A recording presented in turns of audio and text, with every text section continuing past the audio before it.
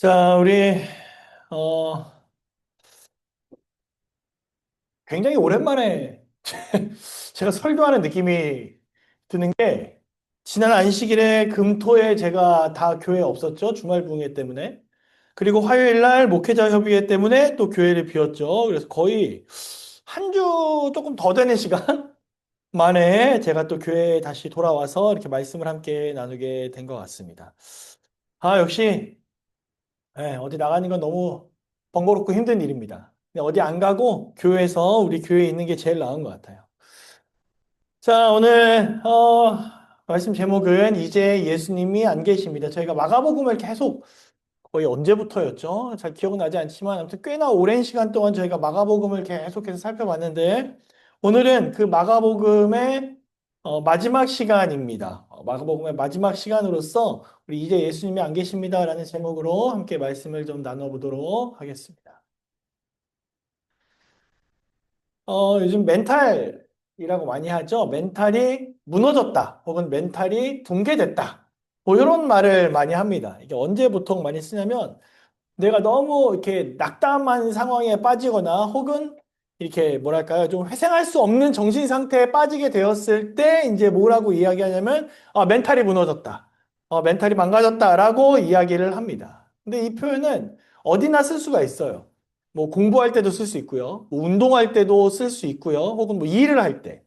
뭐 언제든지 우리의 마음이 무너지는 때가 있을 수 있습니다.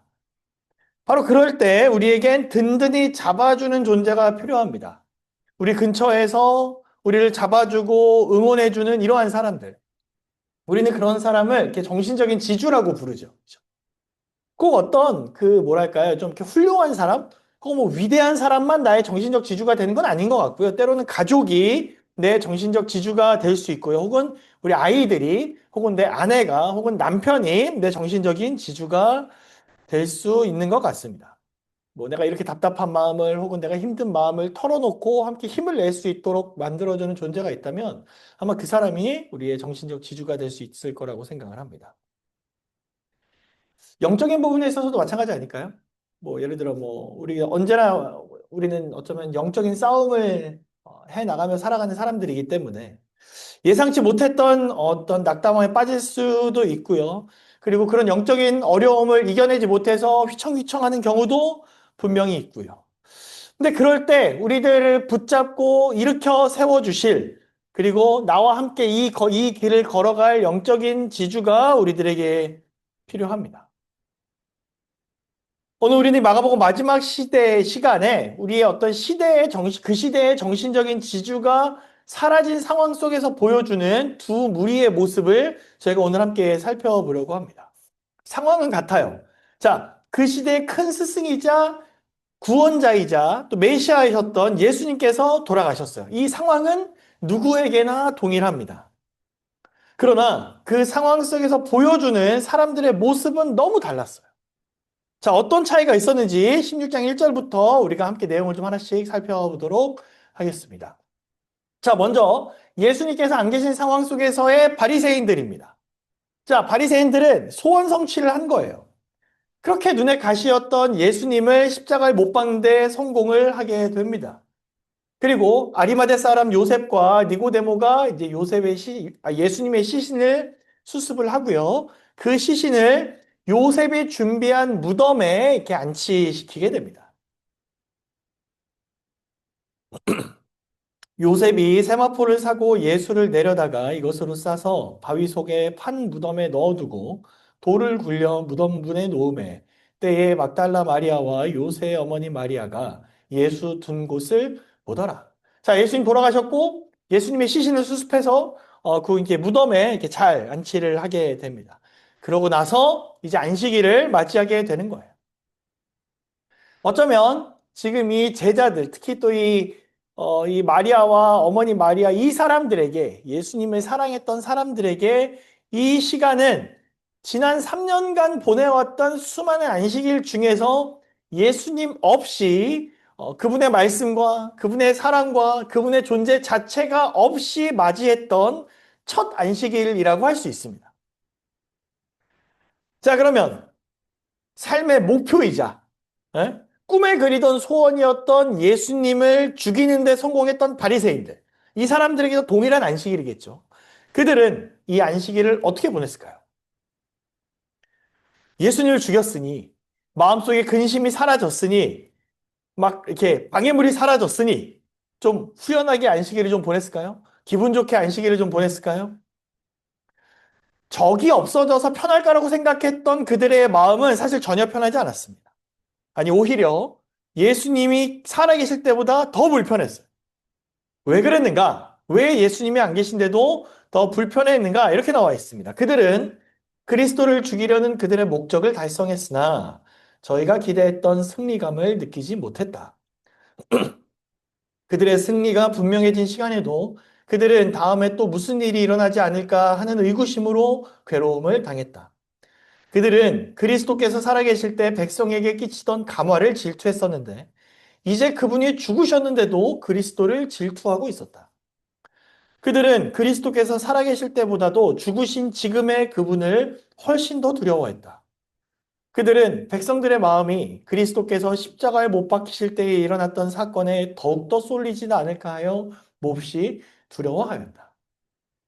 그러니까 그들이 승리한 것처럼 보였고 그것을 사람들에게 드러내고 싶었으나 그들의 어떤 속마음까지는 어쩔 수가 없었던 것 같아요. 애초에 주님을 만나서 십자가에 못 박는 모든 여정 속에서 그들의 마음 속에서 사라지지 않았던 의혹이 있었는데 그 의혹이 뭐냐면 예수님이 참 메시아다. 그리고 진짜 진리를 전하고 있었다라는 그 마음까지는 어쩔 수가 없는 거예요. 그동안 예수님께서 끊임없이 들려주셨던 말씀, 때로는 뭐 이렇게 격정적이기도 했고, 때로는 그 마음을 울리기도 하고, 뭐 이런 어떤 그 모든 말씀들이 자신들의 마음을 아직도 두드리고 울리고 있었던 것입니다. 또 예수님께서 보여주셨던 그 기적들이 그들의 눈을 자꾸 하나님께 인도하고 있었던 거예요.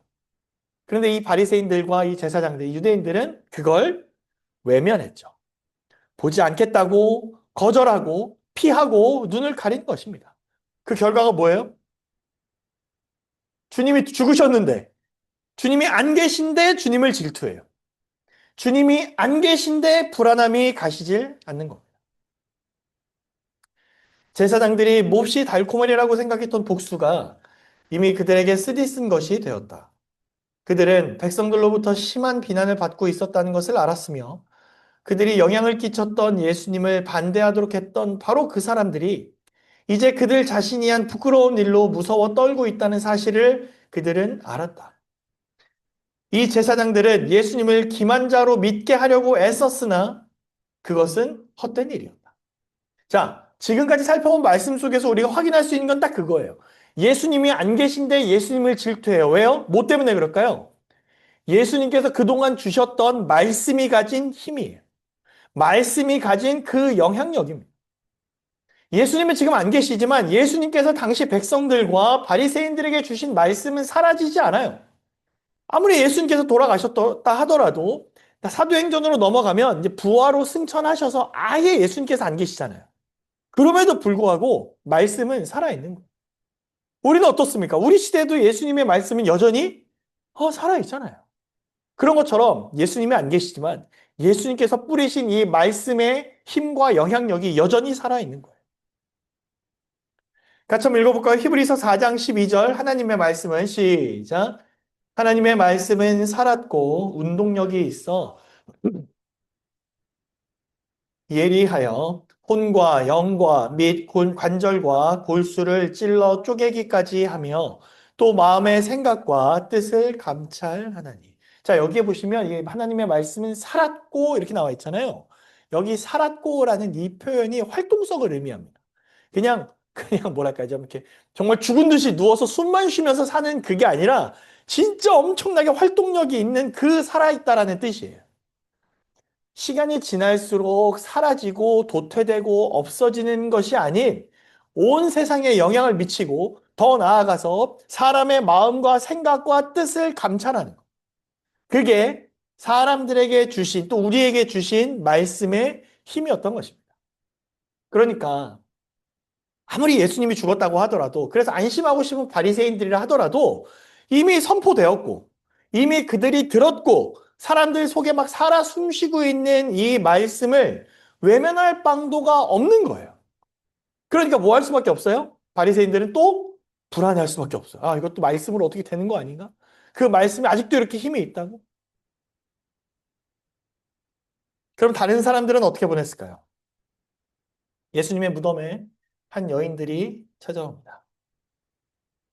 안식일이 지남에 막달라 마리아와 야고보의 어머니 마리아와 또 살로메가 가서 예수께 바르기 위하여 향품을 사다 두었다가 안식 후 첫날 매우 일찍이 해 돋은 때에 그 무덤으로 가며, 자, 여기 보니까 안식일이 지나자마자 예수님의 무덤을 향해 갑니다.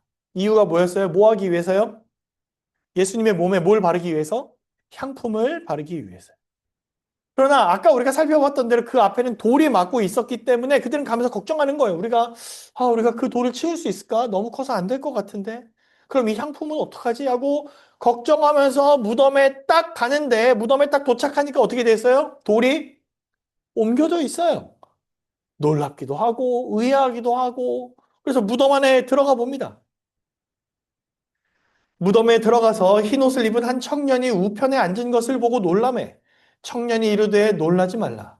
너희가 십자가에 못 박히신 나사렛 예수를 찾는구나. 그가 살아나셨고 여기 계시지 아니하니라. 보라 그를 두었던 곳이니라. 가서 그의 제자들과 베드로에게 이르기를 예수께서 너희보다 먼저 갈릴리로 가시나니 전에 너희에게 말씀하신 대로 너희가 거기서 배우리라 하라 하는지라. 자, 거기서 선언을 드리는데 무슨 선언을 들어요? 놀라운 말씀을 들어요. 너희가 그토록 보고 싶어 했던, 그토록 존경하는 너희들의 선생, 나사렛 예수가 어떻게 되었다? 살아나셨다. 그러니까 여기 봐라. 여기가 예수님이 누워 계시던 자리였다. 그리고 우리 예수님은 갈릴리로 돌아가셨다. 그러니 너희들은 가서 제자들에게 말해라. 우리 주님을 만날 수 있다. 우리 주님이 살아나셨다. 여러분, 이게 성경에 있으니까 당연히 예수님이 나시겠지. 우린 다 알고 있으니까라고 생각할 수 있지만 이때 당시 사람들에게 지금도 그렇겠지만 엄청 굉장히 충격적이고 믿기 힘든 말씀입니다. 분명히 그들 앞에서 예수님이 돌아가시는 걸 봤고 분명히 시신까지 수습해서 무덤에 들어가는 모든 것을 본인들이 알고 있어요. 눈으로 봐서 알고 있고 그 상황을 다 이미 알고 있습니다. 그런데 예수님께서 부활하셨다. 이미 예수님께서 말씀하셨죠. 내가 이 성전을 허물고 사흘 만에 다시 세우겠다. 내가 죽고 사흘 만에 부활하겠다. 이미 말씀하셨고 그 말씀의 성취가 이제 일어난 거예요. 모든 기독교인들이라면 여러분도 혹시 그런 생각 해보셨는지 모르겠는데 저는 가끔 성경에 등장한 인물들이 부러울 때가 있거든요. 어떨 때 부럽냐면 바로 이럴 때 부럽습니다. 우리는 이거를 성경에 기록된 기록으로 보지만 이 사람들은 실제 본 거잖아요. 그러니까 모든 기독교인들이 부러워할 만한 주님의 부활의 현장을 다른 이들에게 전할 수 있는 그 증인의 자격이 생긴 거예요. 내가 직접 가보니 무덤이 옮겨져 있었고 빛나는 사람이 있었다. 이거를 직접 말할 수 있는 그 자격을 얻은 거예요. 그들의 심정이 어땠을까요? 여자들이 심히 놀라 떨며 나와 무덤에서 도망하고 무서워하여 아무에게 아무 말도 하지 못하더라. 자, 요 8절만 보면 완전히 겁먹고 아무 말 못한 것처럼 보이지만 사실 그렇지는 않습니다. 네, 근데 겁먹긴 했어요. 왜냐하면 그 하늘의 천사를 만났을 때 그에게서 나오는 어떤 영광의 빛이 있었기 때문에 그 두려운 마음이 들었습니다. 그러나 그 기별을 듣고 난 다음에는 어땠어요? 기쁨이 넘쳤어요. 믿기 어렵지만 믿을 수밖에 없었습니다. 그리고 그 기별을 들고 이제는 제자들에게 가는데 전하기 위해서 가는데 그 심정은 이랬습니다. 그분은 살아나셨다. 그분은 살아나셨다. 여인들은 그 말을 여러 번 반복했다. 이젠 향료가 필요 없다. 구주는 죽어 계시지 않고 살아 계신다. 예수께서 자기의 죽음을 말씀하시면서 다시 살아나리라고 말씀하신 것을 그들은 이제야 기억할 수 있었다. 그날은 세상에서 얼마나 경이로운 날인가. 그 여자들은 무서움과 큰 기쁨으로 빨리 무덤을 떠나 제자들에게 알게 하려고 다름질하였다. 그들이 어떤 표정으로 나아가는지는 모르겠습니다. 그들의 표정은 우리가 지금 묘사되진 않았으니까. 그러나 확실한 건 그들의 마음에 큰 기쁨이 있었다는 거예요. 뭐 때문에 기뻐요? 주님이 부활하셨다라는 그 기별을 접한 기쁨이에요. 예수님께서 우리들에게 주셨던 그 말씀 속에 그 말씀이 살아 움직이고 있다라는 것을 눈으로 보고 경험했던 그 사람에게서 나올 수 있는 기쁨이 이 여인들의 마음속에 있었던 거예요. 그러니까 바로 달려가서 여러분 솔직히 예수님이 살아나셨어요 라고 사람들에게 말하면 그 말을 곧이곧대로 믿을 사람이 어디 있습니까? 그렇죠? 사람들은 일반적인 사람들은 다 뭐라고 할 거예요? 정신이 이상해졌다고 손가락질하지 않겠습니까? 근데 그런 걸 잴 필요가 없어요. 왜요? 그 마음에 말씀의 움직임을 봤거든요. 여기까지 우리가 두 그룹의 모습을 살펴본 거예요. 주님이 안 계시다라는 사실 자체는 누구에게나 동일합니다. 차이가 없어요. 제사장들에게도 여인들과 제자들에게도 똑같이 예수님이 안 계신 안식일을 보내고 하루를 맞이하게 됩니다. 그런데 그 마음속의 차이는 무엇 때문입니까? 대체 왜 이런 차이가 생깁니까? 이유는 뭐예요? 말씀의 유무예요. 어디에 말씀이 있고 없고의 차이가 생기냐면 내 머릿속에 말씀이 있고 없고가 이런 차이를 가져오게 되는 것입니다. 물론 이 여인들이 예수님께서 부활하신다는 이 말씀을 맨날 기억하는 상태는 아니었어요. 들었지만 아쉽게도 그들 역시 부활에 대한 기대는 하지 않았던 것 같아요. 정확히는 생각지도 못했던 것 같습니다.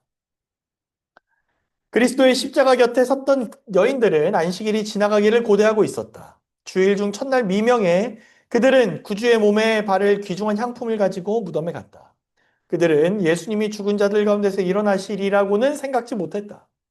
희망의 태양은 지고 어둠이 저희 마음을 덮었다. 걸어가면서 그들은 그리스도의 자비스러운 사업과 위안의 말씀들을 회상하였다. 그러나 그들은 내가 다시 너희를 보리라 하신 그분의 말씀은 기억하지 못했다. 네, 들었지만 기억하지 못했어요. 우리가 비슷하죠? 읽었지만 기억이 안 나고, 외웠지만 또 기억이 안 나고. 그러나 그들이 무덤에서 천사의 기별을 들었을 때 그들의 머릿속에 주님께서 주셨던 부활의 기별이 다시금 떠오르게 되는 거예요. 그리고 그 기별을 거절하지 않고 다시 한번 머리와 마음에 새기게 됩니다. 그리고 부지런히 제자들에게 전하러 가는 것입니다. 그럼 여기서 다시 바리새인들로 넘어가 볼까요? 바리새인들은 어땠을까요? 어떻게 행동했을까요? 같이 한번 읽어보겠습니다. 좀 길지만 같이 읽어보겠습니다. 여자들이 시작.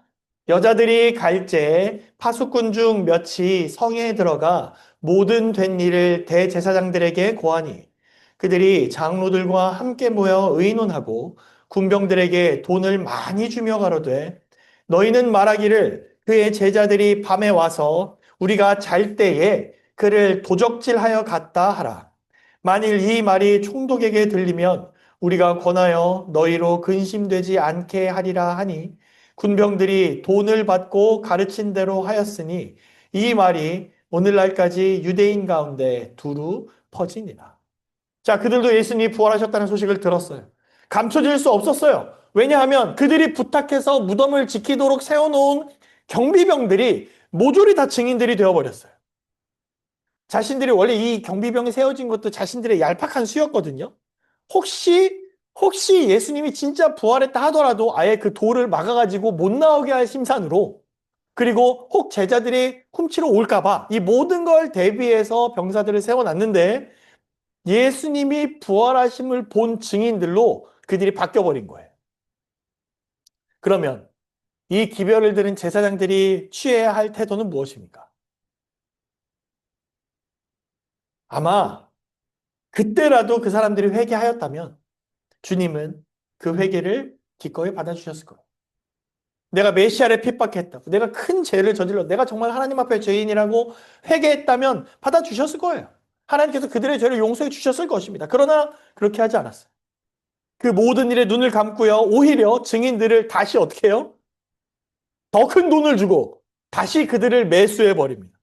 제자들이 시신을 훔쳐갔다. 쉽게 말하면 여론 조작이죠. 여론 조작. 여론 조작을 하는 거예요. 어떻게 서로 이렇게 다를 수가 있나요? 같은 기적이고요. 같은 기별이에요. 그러나 완전 상반된 두 그룹의 모습입니다. 그 이유는 아까 말씀드렸듯이 그들의 속에 말씀이 있고 없고예요. 이게 큰 차이를 보여주는 것입니다. 이제 우리들의 상황을 좀 생각해 봅시다. 우리들에게는 어떻습니까? 우리들에게도 현재 주님이 계시지 않습니다. 우리들에게도 실제 주님의 형상과 모습이 존재하지 않아요. 지금 제자들과 여인들은 예수님이 없는 첫 안식일을 보냈습니다. 그러나 우리들은 어때요?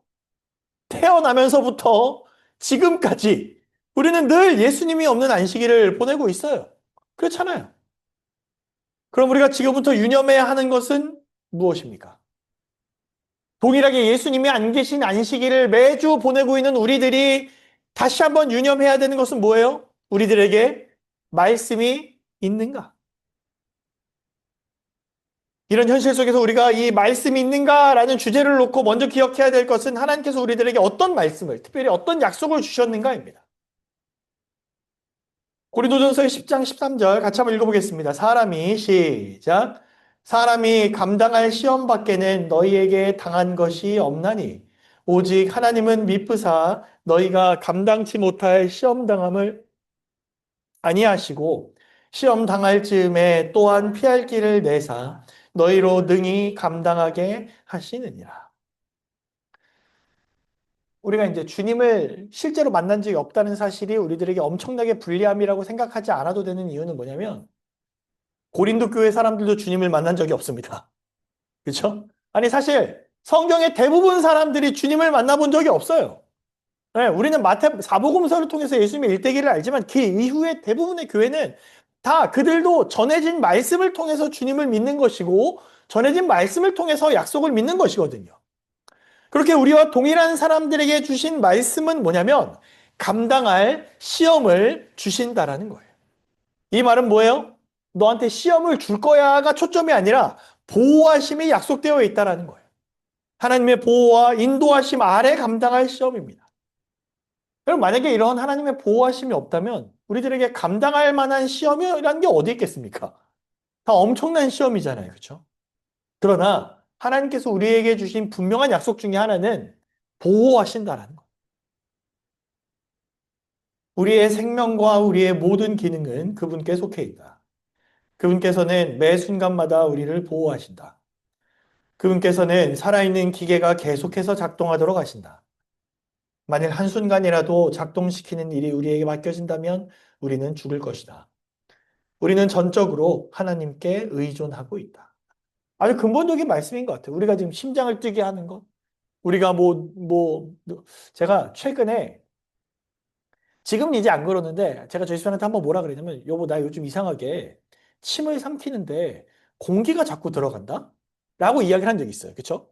이게 뭐냐면, 무슨 느낌이냐면, 저는 침을 삼키는데 공기가 같이 삼켜지는 거예요. 그랬더니 침을 삼키고 하다 보면 나중에는 배에 가스가 차가지고 공기가 차가지고 막 더부룩해 지는 그런 게 있는 겁니다. 그래서 제가 검색을 해봤어요. 그래도 진짜 실제로 그런 어떤 증상이 있더라고요. 이게 심해지면 문제가 되는데 다행히 지금은 아닙니다. 그때 잠깐 이게 잠깐 그러고 말았던 것 같아요. 그리고 말씀을 보는데 그때 일이 딱 생각이 나는 거예요. 아, 그렇구나. 나는 모두 함부로 그거 조절할 수가 없다. 침 삼키는 것도 내 마음대로 할 수가 없더라고요. 네, 침 삼키는 것도. 근데 하나님께서 기본적으로 우리들을 보호하신 내가 오늘 숨 쉴 수 있도록, 내가 오늘 하나님의 영광을 바라볼 수 있도록, 내가 오늘 하나님의 인도하심을 경험할 수 있도록 내 하루가 돌아가도록 하나님께서 인도해 계시고 보호해 주시고 앞으로도 보호해 주실 것이라는 약속이 우리들에게 주어져 있다는 거예요. 주님은 안 계시지만 주님이 계신 거예요. 당장 내 눈앞에 주님이 안 계셔서 주님을 의지하지 않는 것처럼 생각할 수도 있지만 실제적으로는 우리가 전적으로 의존할 수밖에 없다라는 사실을 우리는 확인할 수 있습니다. 이제 여기서 우리가 해야 할 일이 있어요. 하나님은 우리들을 보호하시고 우리를 인도하시고 그에 대해 말씀을 주십니다. 그런데 아무리 좋은 말씀이 있다고 하더라도 그 말씀을 외면하면 소용이 있어요, 없어요? 소용이 없어요. 놀라운 기별이 나의 귀에 울리고 있다 하더라도 그 기별에 귀를 기울이지 않으면 아무 소용이 없는 것입니다. 눈을 감아버리면 보물이 눈앞에 있다 한들 무슨 소용이 있습니까? 귀를 막아버리면 아름다운 기별이 노랫소리처럼 흘러나온들 무슨 소용이 있습니까? 요나가 니느웨에 하나님의 말씀을 전할 때 사실 그 기별은 소화하기 쉬운 기별은 아니었어요. 요나가 그 성에 들어가며 곧 하룻길을 행하며 외쳐 가로되 40일이 지나면 니느웨가 무너지리라 하였더니 심판의 기별이었잖아요. 그렇죠? 요나가 전한 건 심판의 기별. 40일이 지나면 무너질 것이다. 가는 말이 고와야 오는 말이 곱다고 기별도 좋은 기별이 전해져야 오는 반응도 좋은 거 아니겠습니까? 근데 그런 기별이 아니었어요. 하나님께서 주신 기별도 심판의 기별이었어요. 그럼 그 결과가 무엇입니까? 니느웨 백성이 누구를 믿고 하나님을 믿고 금식을 선포하고 물온 대소하고 굵은 배를 입은지라. 그 소문이 니느웨 왕에게 들림에 왕이 보좌에서 일어나 조복을 벗고 굵은 배를 입고 제에 앉으니라. 하나님이 그들의 행한 것, 곧 악한 길에서 돌이켜 떠난 것을 감찰하시고 뜻을 돌이키사 그들에게 내리라 말씀하신 재앙을 내리지 아니하시니라. 여러분, 이 말씀의 핵심은 뭐예요? 기별을 마주했을 때 거기에 반응한 것입니다. 주어진 말씀의 심판의 기별이기에 거기에 심판의 기별에 맞춰서 그들의 반응은 회개하는 거였어요. 그러니까 뭐였어요? 하나님께서 자신의 뜻을 어떻게 하셨다고 나옵니까? 아, 돌이키셨다. 그럼 우리가 이 시간에 생각해야 될 것은 오늘 하나님께서 나에게 주시는 말씀은 무엇입니까? 그것이 소화하기 쉬운 말씀일 수도 있고 까슬까슬한 말씀일 수도 있습니다. 저희가 보통 이걸 백미, 현미에 비교하잖아요. 저희 집에서 백미를 하면 밥 양이 늘어납니다. 백미를 해놓으면 바로 한 백미는 맛이 기가 막혀요. 현미도 맛있습니다만, 솔직히 현미보다는 갓 지은 백미가 맛있죠. 맛있죠, 맛있죠. 그래서 저희 집에서 보통 이제 현미로 하면 두 컵에서 두 컵 반을 하는데, 백미를 하면 세 컵까지도 합니다. 세 컵까지 해서 저도 많이 먹고 하주리도 많이, 다 많이 먹어. 그런 말씀만 우리가 받아들입니까? 아니더라고요. 까슬까슬한 말씀도 소화해야 되더라고요. 때로는 도저히 소화하고 싶지 않은 말씀이다 하더라도 소화해야 하더라고요. 중요한 건 뭐냐면 그 말씀의 종류가 아니라 지금 하나님께서 나에게 말씀을 주고 계시다라는 바로 그 사실임을 여러분 꼭 기억하게 되시길 간절히 바랍니다. 그래서 내게 주시는 말씀이 무엇인가 지금 머릿속에 여러분의 가슴을 울리고 있는 말씀이 떠오르신다면 그 말씀을 마주하시고 순종하시는 우리 모두가 되시길 간절히 바랍니다. 말씀을 정리하면 이렇습니다. 예수님이 없는 상황은 같아요. 그때나 지금이나 똑같습니다. 그러나 그의 마음속에 말씀이 있느냐 없느냐에 따라서 그 말씀을 마주했느냐 마주하지 않았느냐에 따라서 제사장들은 또 다른 계략을 꾸미고 여인들은 그 살아나신 기쁨을 사람들에게 전하기 위해서 나아가게 되는 것입니다. 오늘 우리들도 마찬가지 아닐까요? 내게 주시는 말씀을 마주했을 때, 그 말씀에 반응했을 때, 내 눈앞에 살아계신 예수님의 움직임은 보이지 않지만, 말씀을 통해 살아계신 하나님의 역사와 예수님의 움직임을, 살아 숨쉬는 움직임을 경험하게 되는 우리 모두가 되시길 간절히 바랍니다. 이제 말씀을 마치면서 한 가지 이야기를 좀 들려드릴 텐데요. 우리가 흔히 이제 유적지라고 하는 곳에 가보면, 이게 유적지인가 싶은 데가 많아요. 그렇죠? 잘 보존된 곳은 괜찮은데 막 어디가 이렇게 막 박살나 있고 무너져 있는데 여기가 유적지래요. 그러면 가서 보면 사실 그렇게 크게 감흥이 잘 안 와요. 이게 유적지인가? 근데 요즘에는 좀 새로운 방식으로 이 유적지와 유물들을 좀 소개한다고 합니다. 첫 번째 방법은 빔 프로젝터를 통해서 본래 유물의 모습을 현 유물에 비춰주는 거예요. 그래서 사실 저도 안 가봤습니다만 피라미드처럼 이렇게 오래돼서 이렇게 훼손된 어떤 벽 이런 게 있잖아요. 그러면 이거를 거기에 당시의 그림, 당시의 색, 당시의 모양을 동일한 사이즈로 비춰서 보여주는 것입니다. 그러면 그때 사람들이 아, 이런 색감으로 이렇게 이거를 작업을 했겠구나라고 보여주는 거예요. 두 번째 방법은 뭐냐면 무너진 유적의 원형을 볼 수 있도록 도구를 설치하는 것입니다. 이렇게요. 제가 아까 말씀드렸듯이 저 무너지고 남은 저것만 보면 이게 뭔지 잘 몰라요. 근데 이 각도에서 이렇게 봤을 때 이게 유적이 어떻게 보인다라는 모형을 설치해 놓고 이렇게 거기에 서 보면 요 각도에서 아 이게 이런 모양이구나라는 걸 눈으로 볼 수 있게 만들어 주는 거죠. 우리나라에도 있대요. 우리나라에도 여기에 보면 요 가운데 지금 잘 보이실지 모르겠는데 여기 집 같은 거 보이죠? 원래 없는 겁니다. 터만 있는 거예요. 터만 있는 거에 과거에 이런 모양의 이 집, 이 터와 그다음에 건물과 이 탑이 있었다라는 거를 이렇게 설치해서 보여준다고 합니다. 그러면 어때요? 지금 내 눈앞에 진짜 살아있는 유적은 아니지만 그래도 그 유적의 모형을 통해서 다시 한번 그 유적에 대해서 생각하고 알 수 있게 되죠. 말씀도 이와 같지 않겠습니까? 우리 눈에 지금 주님이 보이진 않지만 하나님의 약속과 말씀이 눈에 보이는 것만큼 선명하게 우리들에게 주어져 있습니다. 이제는 그 말씀을 외면하지 않고 우리들에게 주어진 그 말씀을 믿으시며 실천해 가시면서 마주하시면서 언젠가는 우리가 정말 직접 대면하게 될 주님을 기다리는 우리 모두가 되시길 간절히 바랍니다. 한 해가 점점 마무리, 벌써 12월이죠. 점점 마무리되어가는 이 상황 속에서 남은 한 달이 정말 하나님을 정말 경험하고 눈에 보이는 것처럼 사모하게 되는 그 귀한 시간을 보내는 우리 김포교회 모든 성도님들과 제가 되길 간절히 바라면서 말씀을 마치겠습니다.